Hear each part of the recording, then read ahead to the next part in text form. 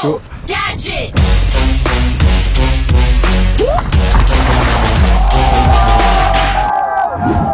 Salut tout le monde, c'est Léo Ferron. Donc petite parenthèse supplémentaire, là je vais commencer le montage juste pour te dire que je vends mon vélo. Donc voilà, si vous êtes intéressé, je vais vous mettre une vidéo un petit peu badass juste après. Et du coup, si vous voulez plus d'infos, vous pouvez venir en message privé sur Instagram, il s'affiche ici. Ou bah, si vous n'avez pas Instagram, dans les commentaires. Donc voilà, je vous laisse avec les vidéos.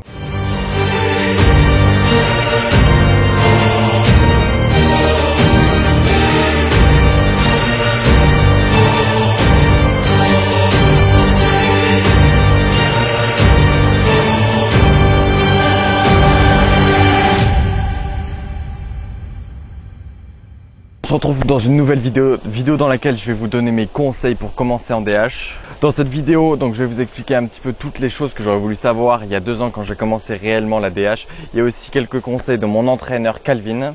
Donc voilà, c'est parti, on attaque tout de suite.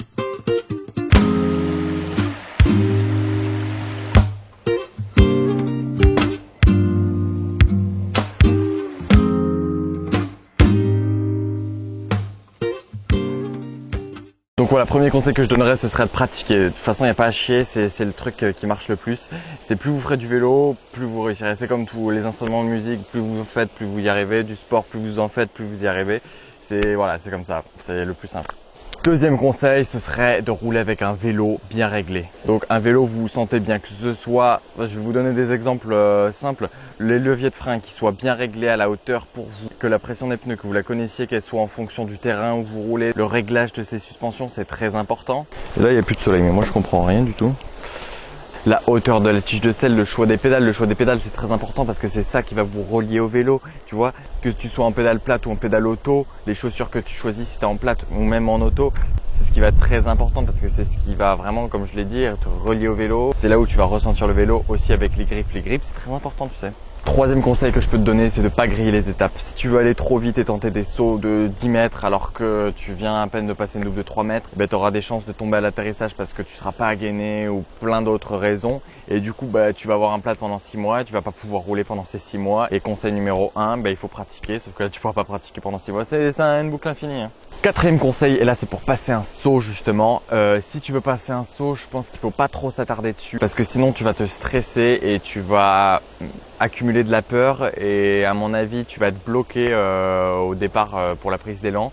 Donc moi je te conseille de vraiment la regarder juste ce qu'il faut. Donc quand même regarder le plus important pour pas te gameler quoi, ce serait un peu con. Putain, c'est pas possible ça, c'est quoi ce bordel?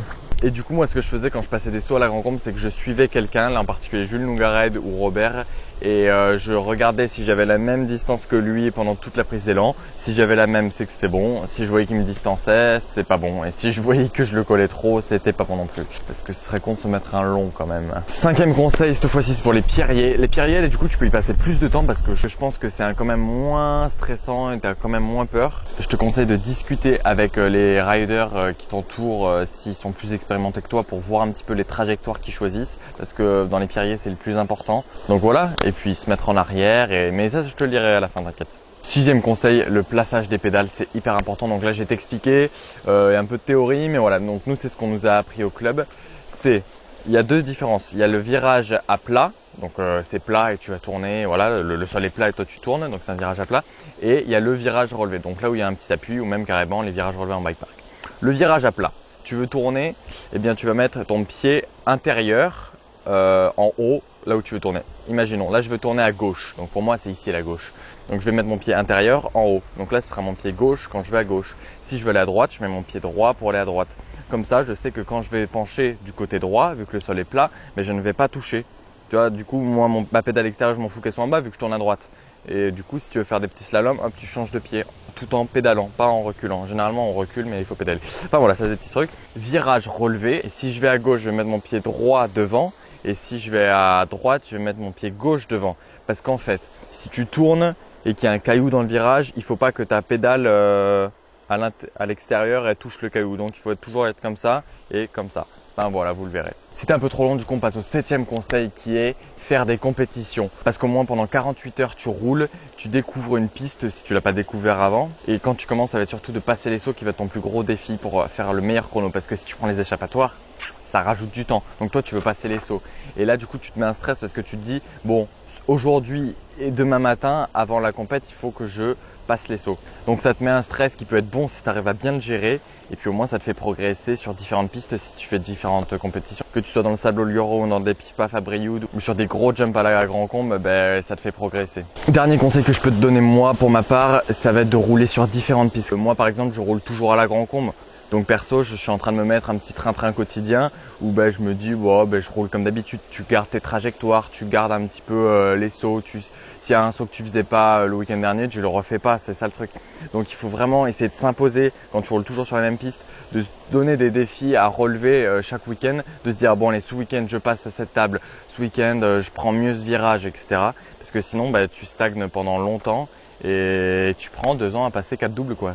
Non, plus sérieusement, c'est que quand tu roules sur différents terrains, tu te dis bon, j'y suis que pour 1 ou 2 jours, ou même des fois en bike park pour une semaine, donc il faut que genre je profite et j'arrive à passer plein de sauts quoi. Pour les conseils de Calvin, un de mes entraîneurs, alors lui, il m'a dit ne pas commencer avec un vélo haut de gamme, carbone, patati patata. Tu vas prendre les bases, tu commences avec un vélo de base.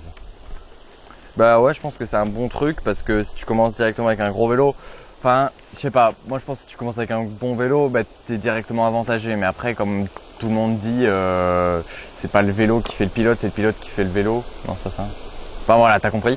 En gros, ouais, il faut commencer avec un vélo de base et plus tu montes, plus t'as un meilleur vélo quoi. Mais de toute façon, je pense que ça le fait tout seul. À part si t'es blindé, généralement quand tu commences le vélo, tu vas pas mettre directement 3000 € dans le vélo.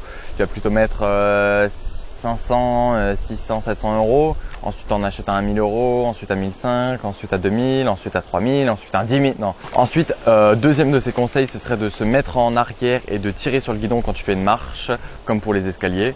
Deuxième conseil dans les réceptions, c'est d'atterrir sur les 2 roues en même temps. Et moi, je rajouterais qu'il faut être gainé, faut bien, enfin tout le temps, il faut être bien gainé, mais surtout sur les sauts et sur les pierriers.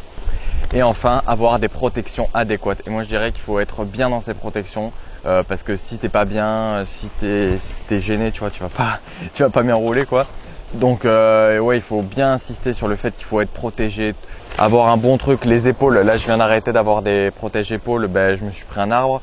Donc faut avoir des bonnes protections, mais là j'ai trouvé des bonnes protections dans lesquelles je me sens bien et je sens que je suis plus à l'aise, je roule mieux, je suis pas gêné par ma grosse carcasse qui est lourde, qui est chaude et qui est chiante parce qu'elle est en plastique. Donc je pense que petit à petit il faut acheter des protections dans lesquelles on se sent bien et puis voilà. Donc voilà, si ça t'a plu, tu peux t'abonner, activer la cloche pour ne pas louper, je te rappelle, les vidéos qui sortent chaque semaine. J'espère que ce type de vidéo en face cam te plaira. Je pense en faire une autre sur quel vélo choisir en fonction de son budget, de sa pratique. Tu peux partager la vidéo parce que ça m'aide beaucoup à me faire connaître et du coup à me donner la motivation de vous faire plus de vidéos. Donc voilà, sur ce, c'était Lolo Faero, je vous dis à la semaine prochaine.